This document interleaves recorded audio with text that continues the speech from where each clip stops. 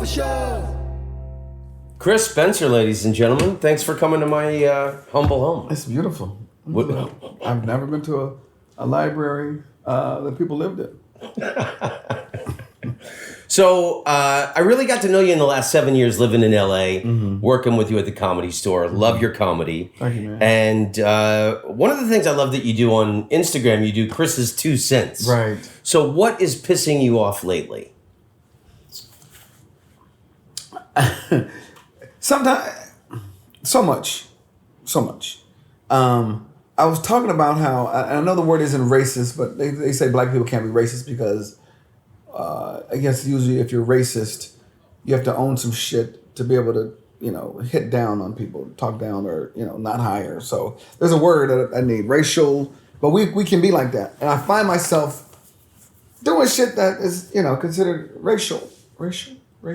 I don't know. Like, for example, if I see a black woman with a white man, I'm like, sometimes I'll just go up to her and hold her hand and go, I'm here. Right? It's okay. I know you were... So you're against interracial Not at all. relationships? It's just my racial or racist thoughts. Or sometimes you see a black woman with a white guy, it's like, what, she's fed up with brothers, he's taking care of her, he's a nice guy. If I see a brother with a white girl, I'm automatically going, he is killing that shit. Like, my mind goes sexual. He is fucking the shit out of her. Or she's introduced him to some sexual shit. Or she fixed his credit. Like, I shouldn't be thinking like that. I should be thinking, she's a nice guy. He's a nice girl. They're in love. They're in love. Yeah. But that's not where my first thoughts are. So I just think, sometimes they say we can't think racially like that, and I do. Like, sometimes if I see an Asian dad playing with his kids, I'm like, oh, they play with their kids. You know what I mean? The media has us thinking a certain way. And sometimes I have to take a beat back and go, of course that's some bullshit. But I just have to be honest with myself. So you think your brain is set to always kind of read situations in Maybe it's the comedic brain. Racial context? Maybe it's the comedic brain. Yeah. Maybe I'm thinking jokes at the same time, but I'm always like, oh, but that's not really like that. You know what I mean? One thing I read is that home ownership makes people racist, who may have just been ambiguous or lightly racist, in that home ownership makes every kind of different ethnicity more racist because they don't want certain types of people moving into the neighborhood to lower the property value. So what do you think of that theory? I don't have that problem because... That's why I rent. Yes. That's why I... So I don't pass judgment on people. He rents this beautiful library. I don't feel like that because, in terms of who people are racist against, I'm at the bottom of the totem pole. So who am I going to be mad at that moves into the neighborhood? Some Eskimos? You know what I mean? So I don't feel like that. And I'm a homeowner. You don't think being a homeowner has made you raise an eyebrow to people down the street? No. Mm-mm. No? What I have noticed is that how my culture is a show-off culture. Like on my block, there's two or three black families. We all have BMWs, Mercedes, and Porsche. All the white people on the block have fucking Subarus, Toyotas, fucking RAV4s. And it's like, wow, we are a culture that wants people to know that we're doing well. Most white people are like, you know what? I've been doing all well all my life. This car is comfortable. This shirt, it still smells clean. I'm going to wear it tomorrow. You know what I mean? Not us. Like, I planned this outfit for today. It's interesting. Racism isn't always a bad thing. And let me explain. Give it to me. My oldest brother in Florida has a landscaping business. I call it cutting grass. He calls it landscaping. Sure he does. He told me several years ago that he has mostly black clients because they enjoy having a white guy cutting their grass. So in that regard, racism has kind of elevated the guy financially. Interesting. What do you think? I would like a white guy to cut my grass. I'm going to look into that. I didn't know they did it. So a lot of your Chris's 2 cents are about your children and advice. Let's talk about these Bo Jacksons real quick that I just got off Hollywood Boulevard. You just bought these shoes? For you. Okay. No. Oh, thank you. Wow. Okay. We're getting a good shot of it. The outfit was flying. Why are these special? Because I haven't seen him in 20 years. Bo Jackson, he ran out of a money source, and now he's putting out shoes. No, where were you? Were you in jail in the 90s? This is a big time shoe. Oh, remember Bo Nose and all those commercials? Dude, I have. You were in Europe. I got not in the 90s, no, and I loved Bo Jackson, and I have I would say 12 Bo Jackson baseball cards, and I think I have 2 of his rookie cards. In one of them, he has on these goddamn shoes. No shit. Yeah. Okay. Well, this is more of his workout shoe, so I guess baseball he probably owns some cleats. But no, this was a big shoe. So the fact that I saw them, I was like, I had to get them. What is it with sneaker culture? That's something that I've never. Huge. I mean, I spend my money on ridiculous. Right. I like to call this my empire of $20 purchases because everything in here basically costs $20. Right. A vinyl record costs $20. A book costs $20. So, but shoes are like $200-$300. Yeah. Right. So I've never. I guess I've never had the cash flow to dive into. Well, you have $1 million worth of fucking books. You sell some of these, you can get you some Bo Jacksons, okay? I don't know. I mean, it's just, it's so funny. Like, I was just saying to myself the other day, like, everybody's wearing sneakers with their suits now. Yeah. And I think I want that to stop. Like, I do it, and I have some expensive sneakers that cost more than $400 that I wear with the suits, but I think it's time to bring the shoes back. And I think I'm going to...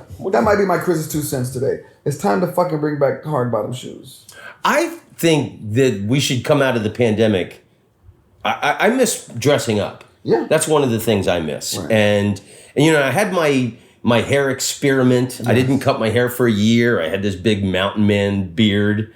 And now that the pandemic is winding down, I want to look good. And I want to been a handsome feller. Thank you, buddy. And you as well. I know that. You always had long hair back in the day. Yeah. But now it doesn't work with the old breakdancing injury. Oh yeah, you got that skin yarmulke. I got it's an old breakdancing injury. Let me ask you a question. Can we talk about women? The women you had back Sure. then? There's a whole different type of woman that approaches you now, correct? I just got out of a relationship, so I haven't been approached. Motherfucker, you're pretty, all right? Okay. You live above Air One. There's bitches downstairs. Who comes up to you now as opposed to... Well, again, that's an age thing, too, because we were in our 20s and 30s, and he was fly. Yeah, Can we get a picture? Can we post a picture of how pretty you were in 92? And so now I'm wondering, who approaches you now? Older women? Younger women? I don't know. I haven't been in the game, so... Not about being in the game. Some people say hi to you, okay? Yeah, I mean... You're not blind. Yeah. I don't know. I'd say, there were some women in their 20s and 30s that were... They still holler at you. That were... they didn't want the conversation to end after the show. So I guess they were, Younger women. opening the door. Yeah, you look like the old dude that the younger woman wants. Well, I mean, I was just dating a younger woman, and I fucked it up. I ruined it. I broke up with her a year ago, and now I'm greatly regretting it. Why'd you break up with her? We had gotten into a few arguments, and then I guess it was my ego that broke up with her because my heart still belongs to her, and I like to think that I secretly wish I was a French man. And I think I had a French man moment. I told her when we broke up, because she had gotten pissed off at me. We had an argument, and I was like, I know how I want to be loved, and this isn't it. And like, what a fucking French lesbian thing to say. Wait. Did you guys have a lot of fights? No, I mean, on this trip, it was, and now I just... Let's go get her. I've been working on it, but it seems like she's moved on, because she's young and she's got a whole life to live, but we had a beautiful romance. She was a beautiful woman. Beautiful woman. We're going to get her. Yeah. Listen, whoever she's with is not making her laugh. You did. Yeah. Laughter gets those fucking pants. Well, only thing they could beat... If I could get back with this woman, I'd be the happiest man in the world. Only thing that can beat laughter is singing. Now, if she's with a singer, you're laughing. But if she's with a motherfucker that's not funny, you got it.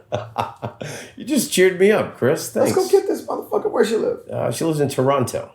It's a problem. Well, you might have to come out of retirement and go do fucking yucks. No, I've already... I went there in February. There's to visit her. And there's better clubs to play than Yuck Yucks. That was just a joke. I played in Yuck Yucks about 5 years ago, and it's kind of it's not the easiest audiences. It's not a great audience. And I said, Voltaire said, God is a comedian. Oh, let me see if I can find it. There's the Voltaire's down there. Okay, good. Voltaire said, God is a comedian performing in front of an audience too afraid to laugh. Mm-hmm. Obviously, God had performed at Yuck Yucks in Toronto. Holy shit. Got you. So wait, was it awkward when you guys saw each other? No, it was, oh my God, it was the most romantic week ever. And then there was some drama right when I got back, and then that's when we broke up. So, anywho. We can get her. You know, I've just been trying to. You gotta be ready to get married though when you go back. I'm ready. I mean, I've been improving myself. I've been hitting the hot yoga like a motherfucker. I've lost like 12 pounds and just eating right, focusing on the jokes. There you go. And just being the best human being I can possibly be, and making art like this video. Okay. You know. So, is there anything I'm missing by not being involved in the sneaker game? Attention. Like, I like the attention it gives me. Yeah. Like, literally, especially the young kids. They'll be walking, they'll go, ah! And I go, yeah, motherfucker. Those are them. And if I wear some shit and you didn't give me a compliment, I will go around and come back through the party to make sure you saw me. So, are these okay? I mean, those are what? What's his name? Has something to do with those. Kaepernick, right? No. What is it called? It's a Canadian shoe company called Linterval.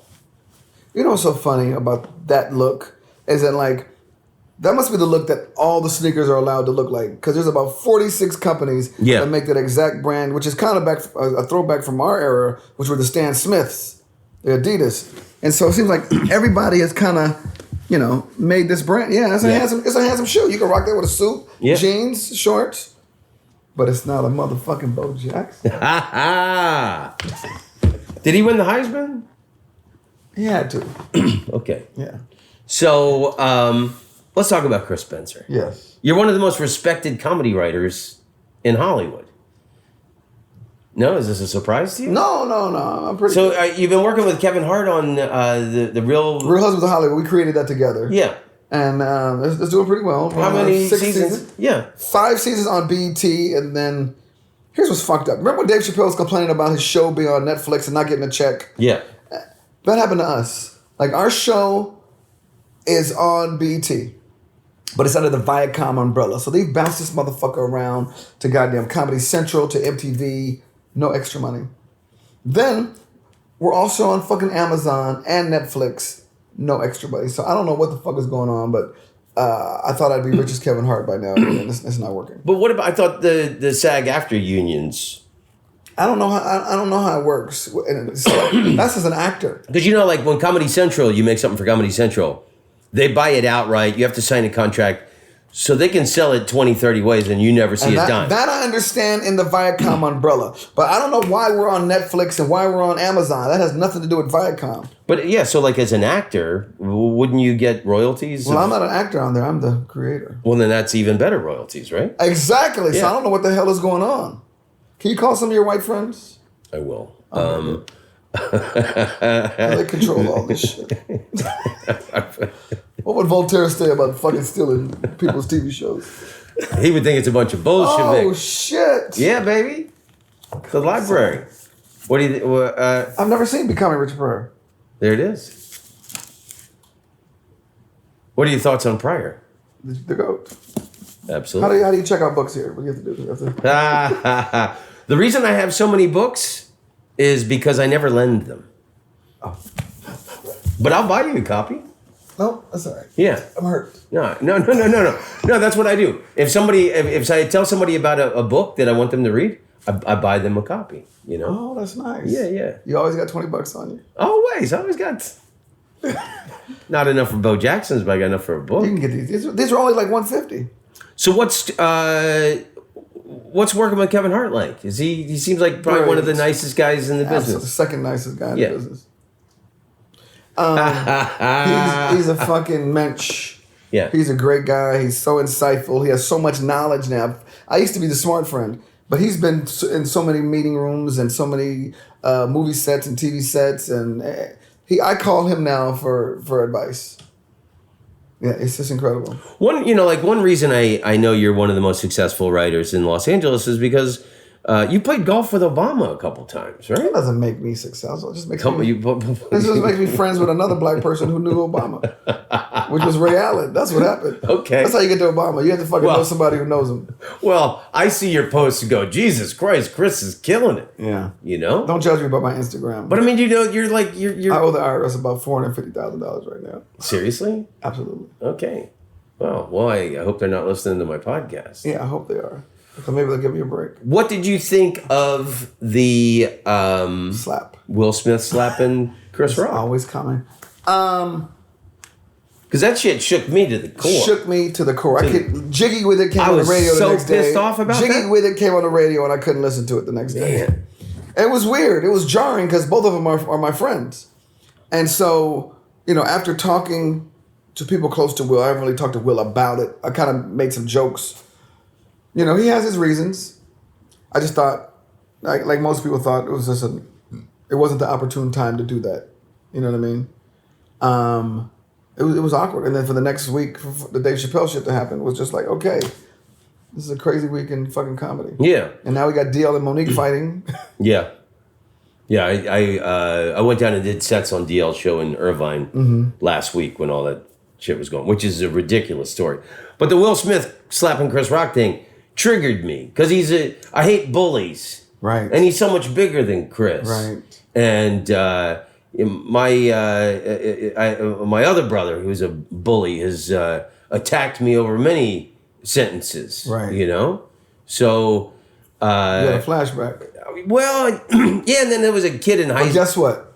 The motherfucker's a gardener right now. That's a different brother. Oh, yeah. Take it back. But and it just seems like comedians are under attack now because you got Chris Rock got slapped and then the lunatic attacked Chappelle at the Hollywood Bowl or tried to. And the bad timing of that for him. Chappelle. I've known Dave for years, as you have, but the people who work for Chappelle have been working for him for years. They're like his oldest friends. So after the Chris Rock slap thing, a conversation came out, boy, I'd like to see someone Everybody said it. Ain't nobody gonna do it to Dave Chappelle. I'd love to see someone try and come at you, Dave. And that's what that kid was like. That guy got stomped. He was like this. Hollywood Bowl. Yeah. They turned him into a fucking pretzel. Yeah. And then Volodymyr Zelensky, the president of Ukraine, he was a stand-up comedian, and he's under attack. I mean, what do you think? Is it safe to do comedy anymore? My head is on a swivel when I'm on stage now. Because even at the Snoop Dog, I just produced this thing with Snoop, Just Fucking Around on Netflix. Oh, that's the name of it. Just Fucking Around. Cat Williams, Mike Epps, Guy Torrey, Melanie Camacho, Donnell Rollins, and D-Ray. All stand-up. All stand-up. Great. This is fucking great. Because they did the whole thing doing Netflix as a joke. Yeah. Oh, great. This is at the Palladium. And a motherfucker got out of hand in the audience. And I saw... And he was only doing it to the warm-up. He was just trying to be funny and enjoy himself, but he was doing too much. And they fucking took him out of there like the moose. They get a moose in the forest. They helicopter that motherfucker out. Yeah. It was sad to watch. But I'm always, I've never been an offensive comedian. But if you say some shit to me, I'm gonna say some shit back. Yeah. And now if you come onto the stage, I'm prepared. You know what I mean? Yeah. Like baseball, you never charge the mound. Never charge the mound. Because he's like, oh, momentum. Yakka with the Bo Jackson. Bo Jackson. Excuse me. What's it like hanging out and working with Snoop? Great. I've never seen somebody... I don't even think he's... Because I think it was in the news like a couple days ago that he has given he has a blunt roller. He has a guy that he pays an annual salary just to roll his blunts. And it was just in the news a couple days ago that Snoop is giving the guy a raise. That's the guy's whole job is just rolling blunts for Snoop. That's incredible. Yeah, I don't smoke, but if you're around him, you've smoked because there's so much smoke around. And he literally lights one with the other. It's just like... So continuously smoking all weed. day. Wow. Yeah. What a strong constitution he has. Something. Yeah. So any delightful Snoop stories you can tell us? How about the Crip walk he did at the Super Bowl? How pimp was that? Yeah. I mean, if there was a fucking prince of Crips, he would be it. A great guy. Hell of an athlete. Played a lot of celebrity basketball games with him and shot around with him. He's a great fucking athlete. Like, if he focused, and if this rap career didn't happen, he could have probably played college ball. Wow. Will dunk on you. Because I think he's 52 years old. He probably can still dunk. I love the fact that he started his own Pop Warner little league for football for his kids. in LA. That's so cool. And it's big. But you were born in Los Angeles. Inglewood, California, to be exact. You are Mr. Los Angeles. Never left. Never left? Never left. Never lived anywhere else? Never lived anywhere else. Yeah. And I feel... I don't want my kids to have that experience. I want my kids to have... Like, my son's getting ready to go to college. I want him to actually... To be able to say he lived in Chicago, or he lived in Texas, or he lived in New York or DC, and not only, claim LA as home. And, to be born and raised and worked. That's what I am, I went to college here. I went to high school here. I've never, ever lived anywhere else. So do you think he needs that extra seasoning? Yeah. I want him to go. I want him to go away. And I don't want him to go away at the same time. You know what I mean? You think LA makes people too soft? No. Because a lot of those Chris's 2 senses, you've directed at your kids. Mm-hmm. They don't realize how good they got it. Right. Is a lot of the themes of it. Right. But that has nothing to do with the city of LA. That's just, for me doing decent and being able to provide them with things that I didn't have. But I just, when they go to college, they're going to have to rough it out wherever they go. And I just want him to be able to, like, sometimes, this is going to sound very bougie, but when we're on the vineyard, I'm playing, golf with Barack. There's a lot of people there. What, in Martha's Vineyard? Martha's Vineyard is, so during August, they call it the Inkwell, when a lot of black people come there to vacation. Oh, okay. And so there's actually a movie about it. And when we're there, there's people from all walks of life. Mostly, not many West Coast people, but it's a lot of people from the East Coast because that was the happening spot for black people to migrate to and vacation and live from like the late 1800s. And so when I hear these kids talking, this one goes to Northwestern and he goes to Howard and he goes to Morehouse, I'm like, I want my son to have that experience. He can, he has this LA Hollywood life that he's grown up in, and I would like him to, be able to share in these stories about living somewhere else. Well, what hardships did you experience that you gained wisdom from that you think is removed from your son's life? Not necessarily. Well, I mean, he has a better sneaker collection than me. Let's start there. Like, my daughter and him, their sneaker collection looks like these books. Like, today I was looking, I was like, how the fuck did you... But they bought them. I can't say I've spoiled them because they bought them and sold them and traded and done all kind of, stuff to earn their own money. And so I guess I was thrifty, but these kids are like ultra thrifty. And then the fact that the people that are in their circle are wealthy, so they have a different mindset. Like, I saw a big house, I was like, that's a nice big house. Like, my kids look at a big house and go, they know they're going to own a big house like that right now. So I think with the life that I've afforded them has given them the ability to think bigger than I ever did. So, like, in your writing career, like, what exactly do you do? Like, when you're working for... Because you've worked with everyone. So let me Jamie Foxx, the Wayans brothers. Let me fix a misnomer. I hope I use that word wrong. Right. Most of my writing for celebrities is because of their hosting of award shows, whether it be the Emmys, the MTV Awards, the ESPYs, the BET Honors, Image Awards. Like, that's why I got this moniker of being this writer of all these people. It's not like I write their jokes or I write for all of their TV shows. It's that when Cedric is hosting this award show, he wants to get Chris Spencer. You know what I mean? Because not only am I a decent writer, but I know his voice. So I came up with all these people. You know what I mean? So who not? If Tom gets an award show to host, they're going to give you a group of writers who are going to write the show. And then you're going to want people that know your voice to do the monologue. So why not get fucking Chris Spencer and Sully and Owen Smith or whoever is close to you that knows your sensibilities and knows what you think is funny and not funny. So before it even gets to your desk, you're like, he ain't going to say that. Because they're going to submit shit. And we're going to be like, that shit ain't funny. This is funny. And so that's why I've been known as the guy who writes for everybody. But it's only because of these award shows. You understand? Yeah. Okay. So mostly jokes and stuff. Jokes. But like on the Real House Husbands of Hollywood, of Hollywood. Yeah. Do you do like storylines? Yes. There's a complete script with a beginning, a middle, and an end, an act 1, act 2, act 3, everything. You know. Like, you bring in scenarios stories. and sure. like. There's an A, a B, and a C story sometimes. Okay. Good. Yeah. That's what I was wondering. That you're the multifaceted can do everything kind of right. Right. Absolutely. You know? Yeah. So it's more than just jokes and stuff. Yeah. No jokes and vignettes and sketches for the award shows. But, I write features. I directed my first feature with a lot of very funny comedians that we know. Gary Owen. What's it about? There's a young guy who wants to be a magician. He can't get any magic work in L.A. So he goes to Vegas and he does a magic trick that burns his clothes off. And then we see that he has a Johnson down to here. So he teams up with a group of male strippers who decide it's time for them to have their 25th reunion. And this guy's going to be their lead man. And there's also a romantic story with him and the girl that he left behind in L.A. who is now dating this asshole. And so it was going to be called My Magic Johnson. But we asked Magic and he was like, nah, that ain't going to happen.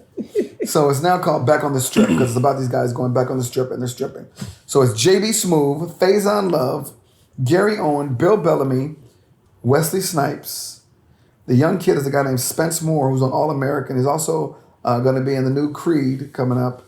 A girl named Reagan Harris and another guy named Ryan Alexander. And this girl who's just starting out named Tiffany Haddish. And another guy who's, I wish him luck, Kevin Hart. They're all in the movie. Great. So that comes out hopefully in October. And you wrote the whole story? A friend of mine, Eric Daniel. Yeah, we wrote the whole thing. Great. Wow.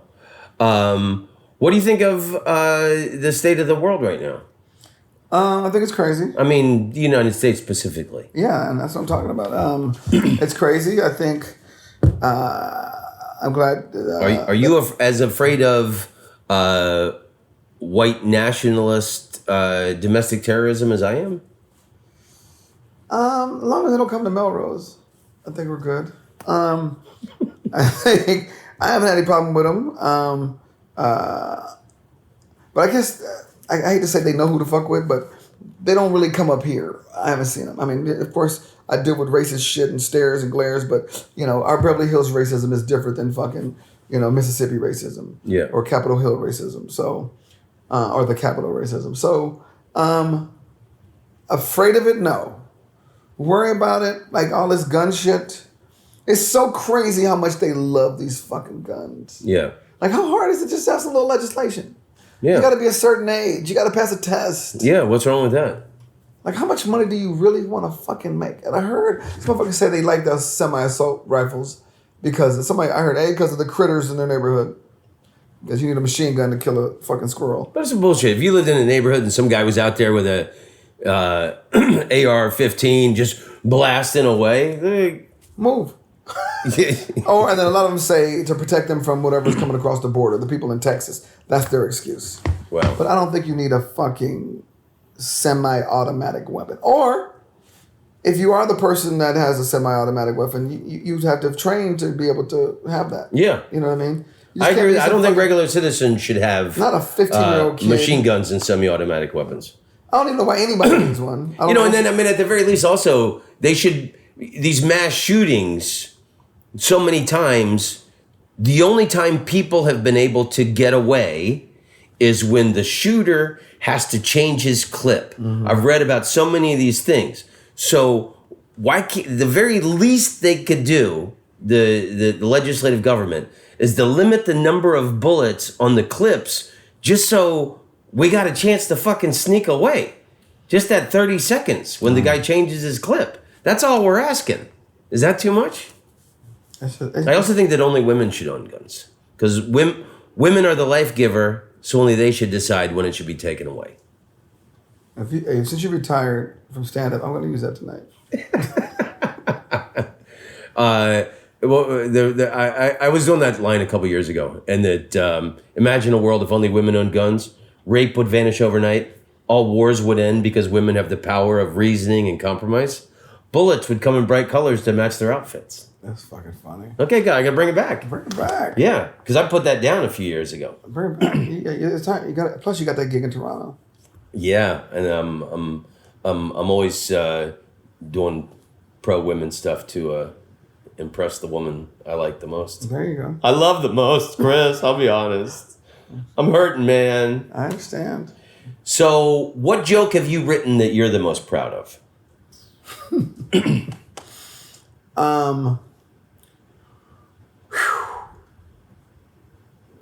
Everything has been so.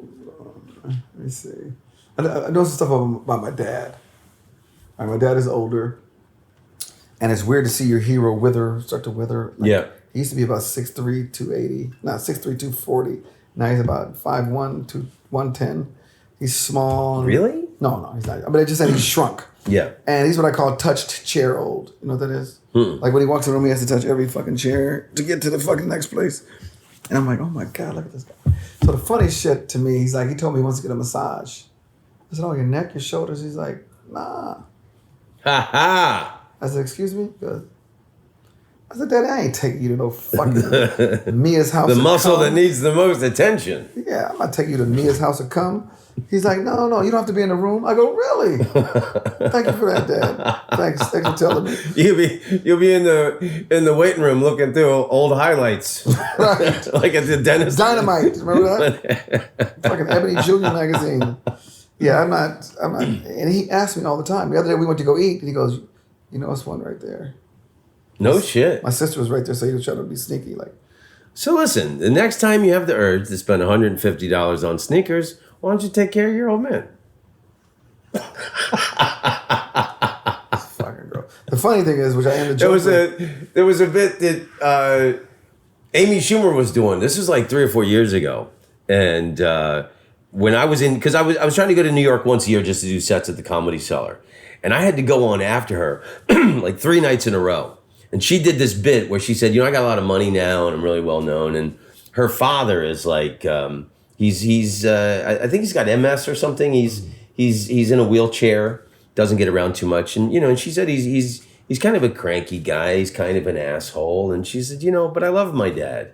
And for the past few years, I've been paying somebody to come in and give him hand jobs. And she did this story about it. So I would go on after her at the Comedy Cellar, and I'd go, Amy Schumer, everybody, let's hear it for her. Amy Schumer. Give me a minute to get started, everybody. I'm a little uncomfortable because this isn't my normal job. My normal job is I jack off Amy Schumer's father. So I'm not used to. I'm used to working with softer light and a little Frank Sinatra playing in the background. That's fucking funny. Did she see you do it? I'm sure she did. Yes. But it was like, especially like when you're going on after someone famous. Like I remember when I lived there in the late '90s, I'd go on after Chris Rock, and like hometown hero. Mm-hmm. He started to a standing O. He'd finish to a standing O, and I'd have to go on after him. You know. So like Amy Schumer, she would get half a standing O at the Comedy Cellar when she would come on, and it's like as the next comedian, you're like, Jesus, I need something, you know. So that worked out for me. You were known. People knew you. Yeah. Motherfucker, you worked a lot. Don't let this guy fool you. He was a legend. I'm still trying to elevate the position. Sell some books. Okay.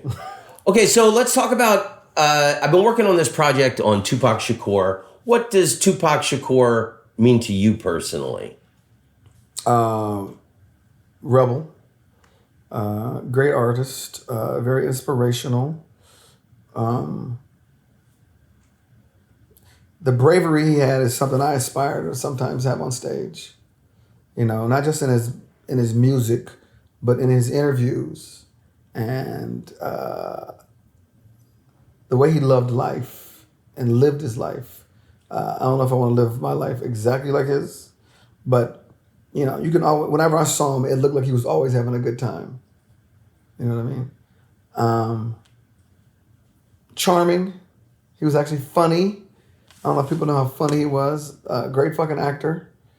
And gone too soon is basically, you know, I'll have to end what I have to say because literally gone too soon. And what about as someone from Los Angeles? Because to me, even though Tupac wasn't from Los Angeles, he kind of is one of the most iconic people associated with Los Angeles. Yeah. You know, like the song California Love, you know, and it seems like he's the embodiment of Los Angeles, even though he's not from here. Right, yeah. I think, you know, once he signed with Death Row, it's like he got the key to the fucking city. And yeah, when you hear California Love, you know, you immediately think this is the greatest city in the world. Just the way, you know, he embraced it. You know what I mean? Because I think he's really from Baltimore. But he really, born in New York, lived in Baltimore as a kid. Yeah. Then he lived in Marin County above San Francisco. That's when he was hanging out with Digital Underground. Yeah, and that's when he got with Digital Underground. Yeah. And then came to Los Angeles. And he actually lived in this building in like 92. I think his second record, he was living here when he made his second album. Interesting. Yeah, in my building. So what is your favorite Tupac song? And what are your favorite Tupac lyrics?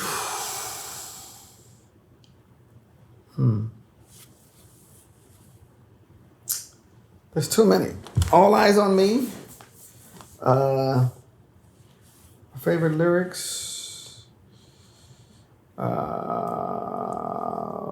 shit, we're gonna have to get back to that one. I'm one of those dudes who knows songs but don't know the words of songs. Of course, you know, I could, you know, you say the song.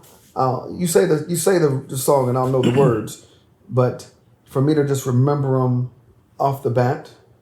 For example, what's your favorite Tupac song? Dear Mama.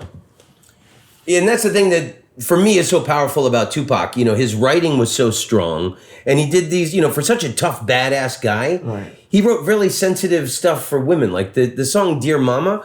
I have never sold crack. I don't have a mother who's addicted to crack, but like that song connects me to my mom. Like, even though I sell rocks, it feels good putting money in your mailbox. All the nice things I've ever done for my mom. And then there's that most hopeful line in Dear Mama where he says, if you can make it through tonight, there's a brighter day. It's just like so. Any friends of mine who have been really having a difficult time, I always direct them to this one specific lyric in Dear Mama. But also he did Brenda's Got a Baby, you know, about teenage pregnancy. Me Against the World, Only God Can Judge Me. I mean, just so much, you know, and I think it's what I love about hip hop music.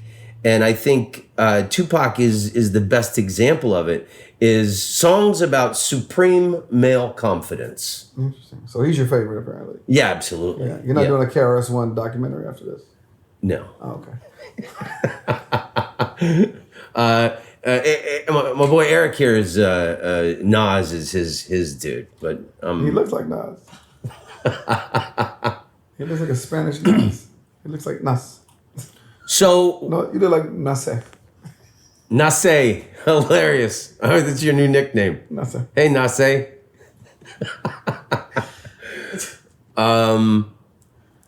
What about the whole East Coast West Coast rap war? That the media overhyped. Jesus Christ, that was as big as the Gulf War at the time. You know, it just seemed like, you know, for me personally, I always preferred the West Coast rap because it was more danceable. Like even in the songs where Tupac's going hard, you can dance to these songs, you know? Whereas the East Coast rap just really, it seemed to have a little bit more aggression and not enough ass wiggly. There's a lot of funk. Yeah. We're very funk inspired on the West Coast. So the George Clintons, the fucking Bootsy Collins, that Confunction and, you know, Parliament, like that's all in the West Coast music, that 70s vibe. So yeah, that was stuff that we used to boogie to. Can you not dance to East Coast songs? Like, Let me think. Name me one Public Enemy song that you could dance to. Here it is. Wow. And you can dance to any song.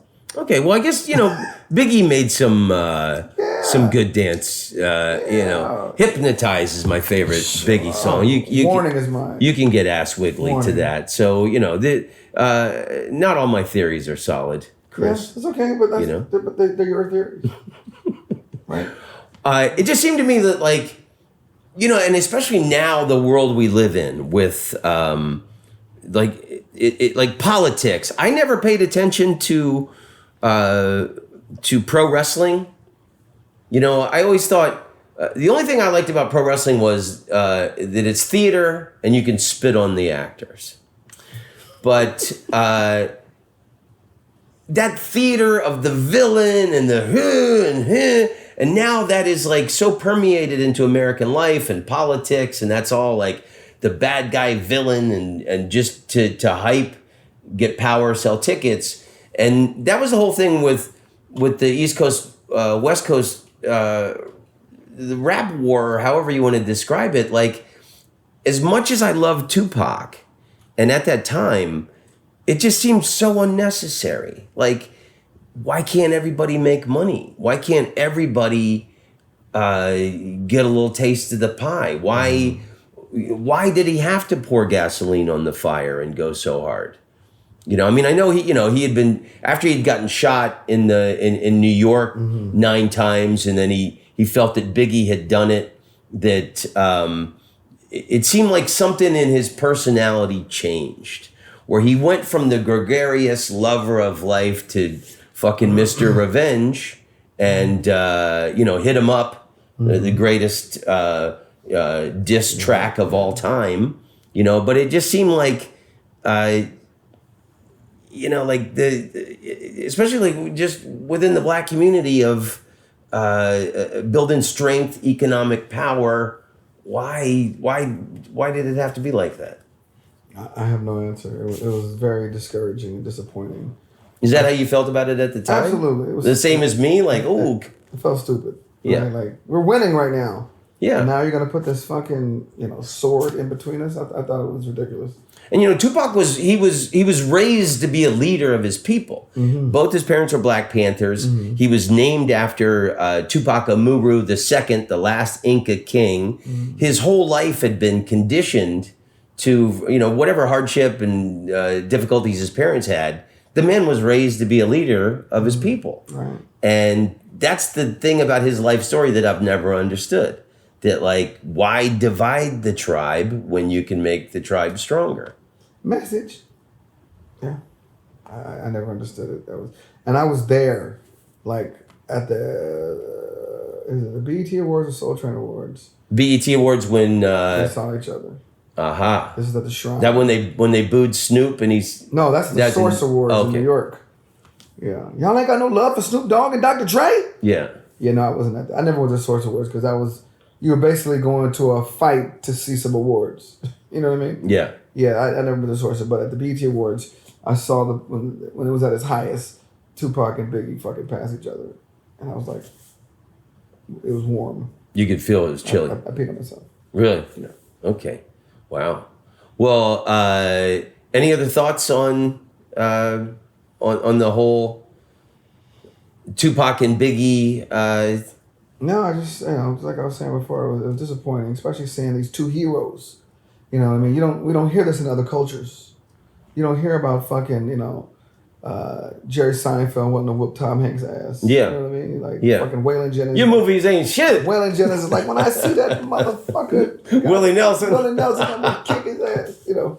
And if they did have that stuff, it was tucked underneath, and we didn't see it. It wasn't out there like that. So it just made us look bad to me. Yeah. Wow. What do you think Tupac's legacy is now? I don't think it's been tarnished. I think, the fact that he stood for what he believed in and fought for what he believed in, and like you said, he was a advocate for fucking women, and he loved his people. He loved the culture, and who knows what his metamorphosis would have been by now. He probably would have been some sort of a government candidate, or he'd probably be not in the pulpit, but he'd probably be somewhere where he can speak to us from a higher level in terms of helping us make change. And I don't think it would just be music. Like, I could see him doing something else, whether he be the fucking mayor or I don't know. I see him reaching us beyond music. Yeah, I mean, look at the career that Snoop has had. Just so many different forms of entertainment. I mean, who would have thought that guy would be hosting talent programs, right? Or cooking shows with cooking shows and everything. I mean, it's mystifying to think what Tupac could have done if he was still alive. Probably could have had his own Netflix talk show or anything. The guy could have done anything. Mm-hmm. So, what do you think about the fact that? Do you think Biggie Smalls' murder was connected with Tupac? I don't know. I mean, there's irony that it happened in L.A.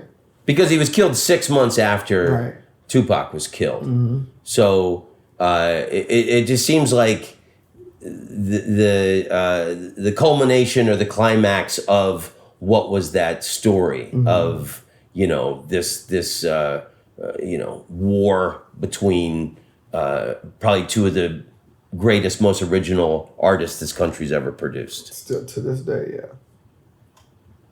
Yeah, and like you said, you never see painters, right. Fucking Van Gogh. Oh, wait, I'm gonna cut that motherfucker's ear off. You never. Yeah. Yeah. Picasso never said that. Well, you had a personal connection to the death of Biggie Smalls, and I want to take a drive with you now, and let's get up close and real with your connection to this important piece of history. All right, great, awesome. There was one thing I wanted to, since I'm rolling on here, I've the audio.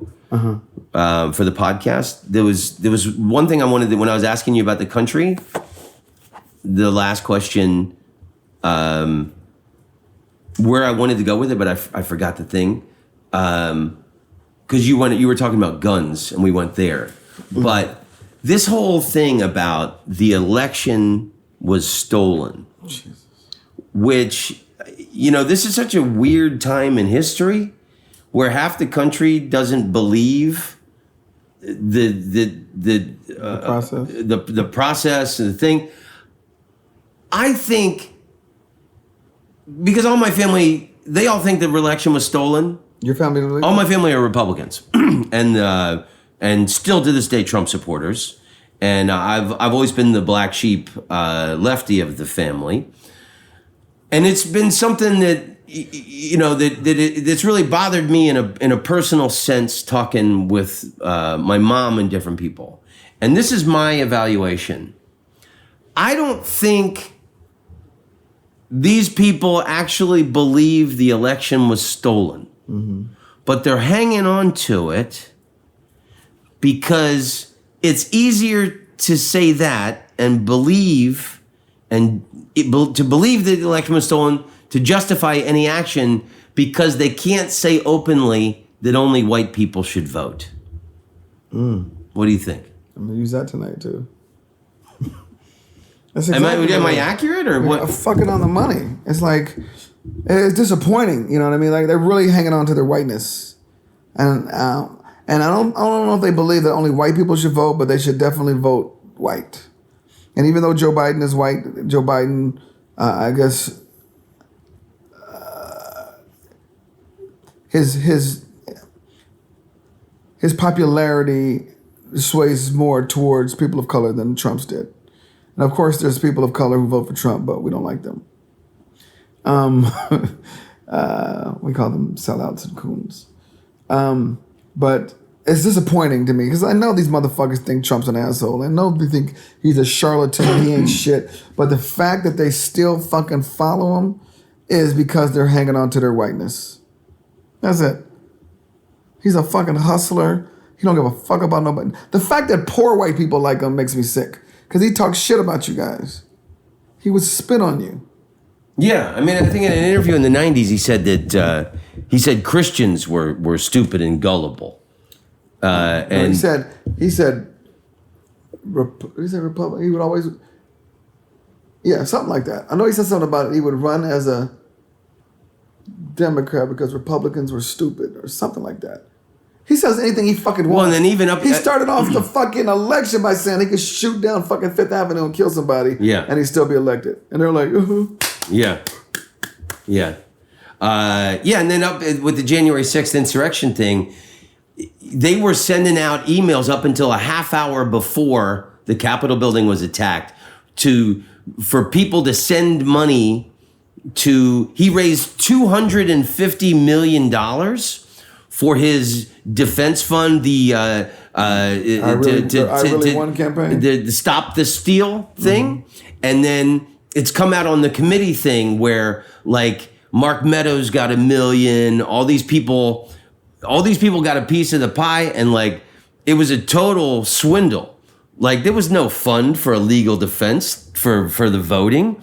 He raised $250 million off of the anger of these people that he convinced the election was stolen, and then pocketed half the shit and then sprinkled money around to all his friends and shit. So it's like... Is he going to get in trouble for that at all? I don't think he'll be punished at all. I think he'll probably be reelected.